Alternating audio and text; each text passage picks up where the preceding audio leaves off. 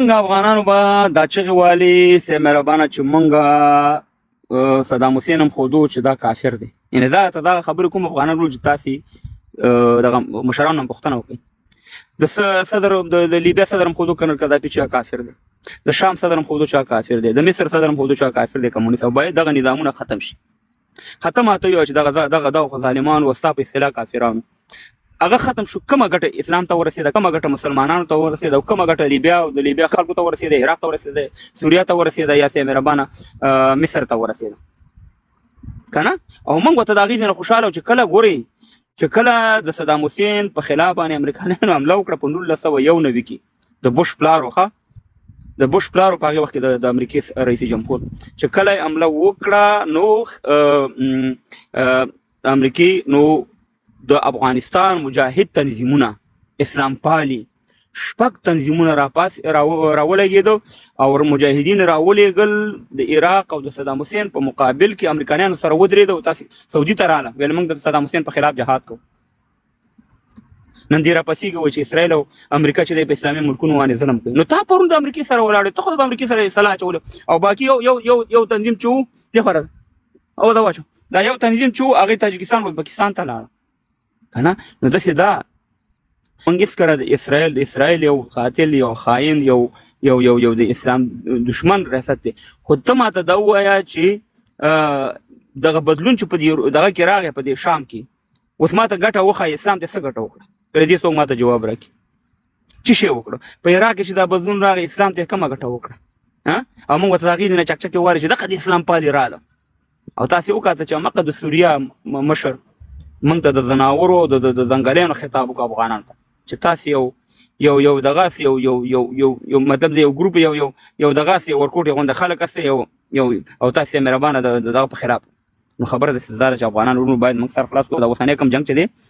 دا مخکې نه پلان شوی دی. دا په 2003 کې تاسې د بوش خبرې واورئ. هغه ویل چې موږ په 5 ملکونو باندې ورځو چې په هغه کې افغانستان هغې وخت کې په افغانستان حمله کړې وه. بیا ویل چې بل عراق، بل سوریه، بل ایران او بل چې دی نورت دغه کوریا. نو خبره ده چې دا د مخکې نه دا شي نه ډیزاین شوي دا جنګونه. دلته اوس راشي وایي دغه چې دی په ما کاته وایي پاکستان چې دی د ایران سره ولاړ دی. نو ما ته خندا راغله چې یاره اوس دا نو عقل مني پاکستان چې د ایران سره ودرېږي د اسرائیل په مقابل کې. دا اوس د عقل او د شعور نه لرې خبره ده. او دلته شانه بشانه والا وګوره دا دې وګوره زموږ پاکستان چې وګوره الله موږ ته سوپر پاور راکړی اسلامي ملک یې راکړی وګوره د ایران سره ولاړ دی. دا یاد وساتي چې د مکې خبره شي د مکې او بل طرف ته امریکا وي قسم دی چې پاکستان به د امریکایانو سره ودرېږي مکې د الله کور سره ولا کې ودرېږي د الله کور سره ولا کې ودرېږي. دا موږ ته د دې د هر څه ایمان موږ ته معلوم دی. پوه شولې؟ نو نن چې ستا دغه هلته ناست دی دا د پوځ مشر د چیش دپاره ناست دی دغه ټرامپ ورته ډوډۍ کړې ده هلته خپل ولي کړي د چیش دپاره ناست دی. خو همدې لپاره ناست دی چې ورته وایي بس تاسې خاموشه شئ غږ مه کوئ او تاسې مهربانه راځئ د هغې په سر باندې خلکو ته ور دا کوئ چې زموږ آرمي داسې ده او هغه آرمي دغه شان دی. ستا آرمي د اسلام د ټولو نه غټو دښمنه ده د دنیا. د اسلام د ټولو نه غټو دښمنه ده. د انسانیت د ټولو نه غټ مسلمانان شهیدان کړي هغه د پاکستان آرمي کړي. ورشئ وګورئ په دغه کې حال وګورئ په بنګلادیش 10 لکه بنګالیان ته شهیدان کړي 10 لکه په خوله یادېږي. همدغه د فلسطین چغې چې ته وایې چې فلسطین کې 15 زره فلسطینیان همدې پاکستان شهیدان کړي. دا ته دغه تاریخ وایم چې ورشئ تاسې سرچ کړئ.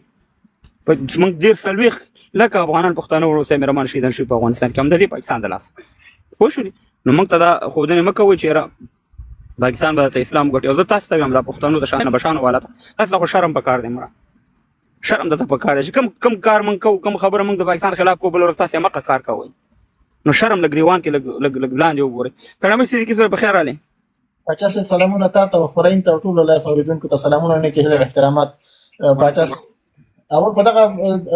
د دې خبرې د ډېر زیات زجا شوم چې خلکو ته دغه فکر ورکړي چې زموږ اسرائیل دښمن نه دی امریکا نه دی پاکستان دی او دې کې شک نشته. بالکل د پاکستان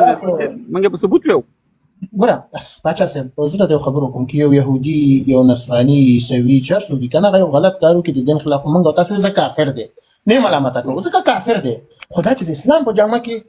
اسلام هم توهینوي دین هم توهینوي تا وژني تا ستا ډالر هم اخلي تا خرڅوي په یو نوم او په بل نوم او قسم نومونه باندې همدا ګلخانه یې خاص کړه. په خدای هم د دوی ناموسونه یې چور کړه همدغه برباد تباه او برباد یې کړه تر ننه پورې. بیا هم وایي زموږ آرمي نه یا دا خو زمونږ ارمي ده که نه یا دا خو زمونږ ریاست دی ریاست نو حیران به شي چې د دوی هغه پښتو چېرته لاړه غیرت چېرته لاړه دومره یاره د کاپیر سپی چې غاپې نه نو بوس خو کېنه نو بیا خو دغه پشتیباني خو مه کوه که نه هېڅ داخل غیرت نه لري زه خپله شخصا دا وایم الله مې دې په دې نه ګنهګاروي د نن سبا په نړۍ کې د اسلام دپاره او بیا د پښتنو دپاره د افغانانو دپاره ځکه دا اسلام چې دی صرف په افغانستان کې پاتې دی که وګورې په دې نوره نړۍ کې داسې خاص دغه نشته اوس د پاکستان اسلام هم زه ومنم د پلرمان اسلام هم زه ومنم ولاکې زه ومنم که دا اسلام داسې دا خو زه نه منم خو که اسلام هغه چې الله رالېږلی د الله رسول رالېږلی او حق دین یې بیان کړی هغه منم زه د پلرمان اسلام څنګه ومنم چې دغه راشي د ارمي سره ولاړ یو چې موږ ته جهادونه رامخکې کړي خبره داسې ده پاچا صاحب هر هغه څه چې موږ او تاسې باید سره یو شو په اتفاق شو په اتحاد شو او چې داسې نه شو که نه نو موږ نور عمر کېږو خبره دا ده پاچا صاحب که د ایران او د اسرائیلو جنګ دی زما شخصي نظر دا دی چې موږ رښتیا خبره موږ چې ایرانیان هم وژلي نه یې پرېښي خو دومره نه لکه څومره چې پاکستان وژلي پاکستان موږ ډېر زیات خرڅ کړو په قسم قسم نومونه یې خرڅ کړو قسم قسم تهمتونه یې په موږ ولګول کله بیا مجاهد کړو کله به دهشتګرد کړو کله به مجاهد کړو کله به دهشتګرد کړو همدغه افغانان چې په وچنېره په شمشتو کیمپونو کې پراته وو ته ورشه ته وګوره د وچنېره شمشتو کیمپونو څه حال دی اوس په څه رقم نومونو باندې دی یاد کړه په څه رقم دغو باندې دی یاد کړه نو دغسې خلک چې دی افغانان باید نور پوه شي په دې باندې خپل دښمن باید وپېژني موږ ته نه اسرائیل خطر دی نه موږ ته بل هېواد خطر دی بل هېواد صرف پاکستان موږ ته خطر دی ټول افغانان باید په دې پوه شي دې بل ورته خبر دغه وخت ورکړو که د چا بیا که وروسته څه خبرې ډېره السلام علیکم ورحمۃ اللہ وبرکاتہ ماما جان څنګه خیر جوړي او ټول ته زما سلام ورسیږي وعلیکم السلام منور دا ګورم ما خوري ښه او جلال آباد نه بندا پالو کې څومره پالو کولای شي پالو کې نو می په سره لګ ګلانم راولېږي ډېر وخت لایب تم راغلی ویډیوګانې جګ کو دا چې ریپوسټ وایي هغه ریپوسټ هم اوس کار نه کوي هلکه د ویډیوګانې ریپوسټ کوي دا زما خوري ګوره پوره پالو کوي او دا مطلب دا چې زما نه پس چې دی دا زما شاګرد دی دا به د خیره کار کوي اچھا صاحب دا ما شاګرد نه کوي موږ فالو کړی دی تا باډیګارډ دی کیمرامین دی باډیګارډ دی مې دا ګوره چې افغانستان ته تلم دا را سره سم ګرځېدو ها دا به کیمره ګرځوله السلام علیکم خپل وطن لوی شي خوري نور ښه او ښه مخکته مې نه کې ښه نه دې السلام علیکم وعلیکم السلام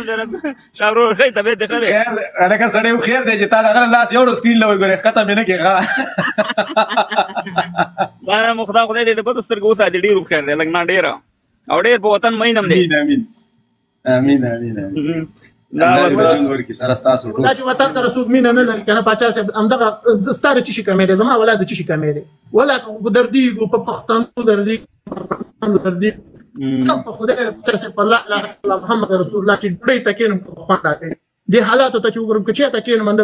خپلو پښتنو ته زه حیران یم چې ولې زمونږ داسې ولې زمونږ شعور ولې زمونږ غیرت لاړه ولې زمونږ ناروغه لاړه ولې موږ داسې شو موږ څه شی نه لرو غني خان بابا وایي زه خپل وطن ته په جړا شوم چې ته خوار ولې وطن ویل چې زه خوار نه یم خو غمخوار مې نشته ولې دې هېواد ته دې پښتني خاورې ته ولې یو ښه غمخوار پیدا نه شو ولې موږ داسې یو بل وژنو ولې موږ د پردیو دپاره جاسوسي کوو